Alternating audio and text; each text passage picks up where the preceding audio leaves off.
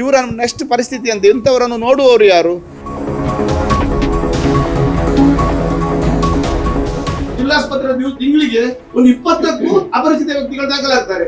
ಅವರೆಲ್ಲ ಆಸ್ಪತ್ರೆಯಲ್ಲಿ ಕೂರಿಸಿದ್ರೆ ನಾಳೆ ಬೆಡ್ಡೇ ಇಲ್ಲ. ಕೇರಳ ಮೂಲದ ಪಾರ್ಶ್ವವಾಯು ಪೀಡಿತ ವ್ಯಕ್ತಿಯೊಬ್ಬರು ಉಡುಪಿಯಲ್ಲಿ ಆಶ್ರಯವಿಲ್ಲದೆ ಅತಂತ್ರ ಸ್ಥಿತಿಗೆ ತಲುಪಿರುವ ಘಟನೆ ಬೆಳಕಿಗೆ ಬಂದಿದೆ. ಖಾಸಗಿ ಆಸ್ಪತ್ರೆಯಲ್ಲಿ ಚಿಕಿತ್ಸೆ ಪಡೆದ ಬಳಿಕ ಇದೀಗ ಆರೈಕೆಗೆ ಹಣವಿಲ್ಲದೆ ಸಂಕಷ್ಟಕ್ಕೆ ಸಿಲುಕಿರುವ ಈ ವ್ಯಕ್ತಿಗೆ ಜಿಲ್ಲಾಡಳಿತ ತಕ್ಷಣ ಸ್ಪಂದಿಸಬೇಕು ಎಂದು ಸಾಮಾಜಿಕ ಕಾರ್ಯಕರ್ತ ವಿಶು ಶೆಟ್ಟಿ ಅಂಬಲಪಾಡಿ ಆಗ್ರಹಿಸಿದ್ದಾರೆ. ಸೋಮವಾರ ರೋಗಿಯೊಂದಿಗೆ ಆಂಬ್ಯುಲೆನ್ಸ್ನಲ್ಲೇ ಉಡುಪಿ ಪತ್ರಿಕಾ ಭವನಕ್ಕೆ ಆಗಮಿಸಿದ ಸಾಮಾಜಿಕ ಕಾರ್ಯಕರ್ತ ವಿಶು ಶೆಟ್ಟಿ ಅಂಬಲಪಾಡಿ ಪತ್ರಿಕಾಗೋಷ್ಠಿ ನಡೆಸಿ ಮಾನವೀಯ ಸಮಸ್ಯೆಯನ್ನ ಸಾರ್ವಜನಿಕರ ಗಮನಕ್ಕೆ ತಂದರು. ಕಳೆದ 6 ತಿಂಗಳ ಹಿಂದೆ ಕೇರಳ ಮೂಲದ ವ್ಯಕ್ತಿಯೊಬ್ಬರು ಕೂಲಿ ಕಾರ್ಮಿಕರಾಗಿ ಒಂದು ಉಡುಪಿ ಜಿಲ್ಲೆಯಲ್ಲಿ ಪಾರ್ಶ್ವವಾಯು ಪೀಡಿತರಾಗಿ ಅಸಹಾಯಕರಾದರು. ಅವರಿಗೆ ಜಿಲ್ಲಾಸ್ಪತ್ರೆಯಲ್ಲಿ ಟ್ರೀಟ್ಮೆಂಟ್ ಕೊಟ್ಟ ನಂತರ ಅವರ ಸಂಬಂಧಿಕರನ್ನು ಪತ್ತೆ ಹಚ್ಚಲಿಕ್ಕೆ ಆಗಲಿಲ್ಲ. ತದನಂತರ ಒಂದು ಖಾಸಗಿ ಚಿಕಿತ್ಸಾಲಯದಲ್ಲಿ ತುರ್ತು ಅವರಿಗೆ ಒಂದು ಆಶ್ರಯ ನೀಡಲಾಯಿತು.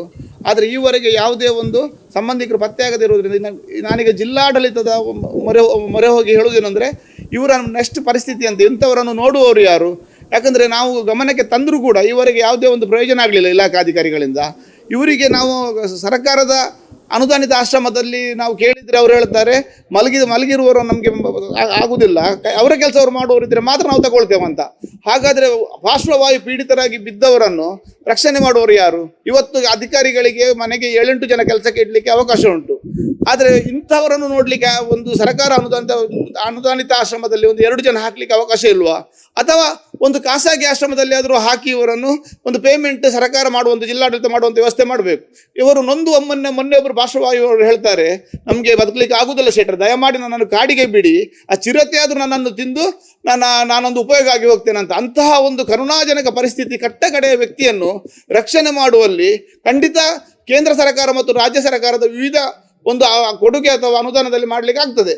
ಇದನ್ನು ಯಾಕಂದರೆ ಇವತ್ತು ಪದವೀಧರರು ದೊಡ್ಡ ದೊಡ್ಡ ಪದವಿ ಪಡೆದು ದೊಡ್ಡ ದೊಡ್ಡ ಉದ್ಯೋಗದಲ್ಲಿ ಸರ್ಕಾರಿ ಉದ್ಯೋಗದಲ್ಲಿ ಇರುವವರು ಮಾನವೀಯತೆಯನ್ನು ಮರೆಯಬಾರದು. ಯಾಕಂದರೆ ಇಂಥವರಿಗೆ ಒಂದು ಸರಿಯಾದ ವ್ಯವಸ್ಥೆ ಸಿಗದಿದ್ದರೆ ಖಂಡಿತ ನಾವು ಅಂತಹ ಒಂದು ಕರುಣೆ ತೋರದವರನ್ನು ನಾವು ಭಯೋತ್ಪಾದಕರಂತ ಹೇಳಬೇಕಾ? ಯಾಕಂದರೆ ಪರಿಸ್ಥಿತಿ ಅಂಥ ಚಿಂತಾಜನಕ ಉಂಟು. ನಾನು ಇದು ಕಳೆದ 20 ವರ್ಷಗಳಿಂದ ಮನವಿ ಮಾಡ್ತಾ ಇದ್ದೇನೆ. ಯಾಕಂದರೆ ಇಂಥವರೇ ಪರಿಸ್ಥಿತಿಗೆ ಈಗ ಸ್ವಲ್ಪ ನಡ್ದಾಡುವವರು ಸಾಧಾರಣ ಇದ್ದರೆ ವೃದ್ಧರಂತಾದರೆ ಉಡುಪಿಯ ಸೇವಾಶ್ರಮದವರು ಹೊಸ ಬೆಳಕು ಇರ್ಬೋದು, ಸ್ವರ್ಗ ಇರ್ಬೋದು, ಅಥವಾ ಬೇರೆ ಬೇರೆ ಆಶ್ರಮಗಳಲ್ಲಿ ಇವರಿಗೆ ವ್ಯವಸ್ಥೆ ತುಂಬ ಜನರನ್ನು ತಗೊಂಡಿದ್ದಾರೆ ಅವರು. ಆದರೆ ಅವರಿಗೆ ಪುನಃ ತಗೊಂಡೋಗಿ ಇದನ್ನು ಪ್ರೆಷರ್ ಹಾಕಲಿಕ್ಕೆ ಸರಿಯಾಗುವುದಿಲ್ಲ. ಯಾಕಂದರೆ ಅಲ್ಲಿ ಆಲ್ರೆಡಿ ಜನ ತುಂಬಿ ಹೋಗಿದ್ದಾರೆ. ನಾವು ಹೊರ ಜಿಲ್ಲೆಗೆ ಹೊರ ರಾಜ್ಯಕ್ಕೆಲ್ಲ ನಾವು ಕರ್ಕೊಂಡು ಹೋಗಿ ಹಾಕ್ತಾ ಇದ್ದೇವೆ. ಈಗ ನಾವು ಖಾಸಗಿ ವಾಹನದಲ್ಲಿ ನಾವು ಪೇಮೆಂಟ್ ಮಾಡಿ ಕರ್ಕೊಂಡು ಹೋಗೋ ಪರಿಸ್ಥಿತಿ. ಅದೇ ಅಧಿಕಾರಿಗಳ ಹತ್ರ ಒಬ್ಬರ ಹತ್ರ 5-6 ವಾಹನಗಳಿರ್ತವೆ. ಒಂದು ವಾಹನದ ವ್ಯವಸ್ಥೆ ಕೂಡ ಇಂತಹ ಒಂದು ಪರಿಸ್ಥಿತಿಯಲ್ಲಿ ನಮಗೆ ಸಿಗುವುದಿಲ್ಲ.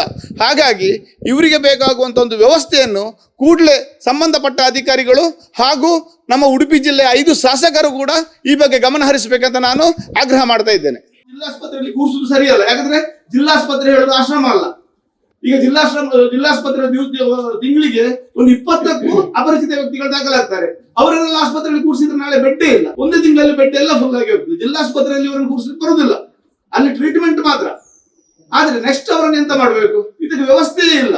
ಅವರು ಜಾನ ಕಿವುಡು ಮಾಡ್ತಾ ಇದ್ದಾರೆ ಕೇಳದ ಹಾಗೆ.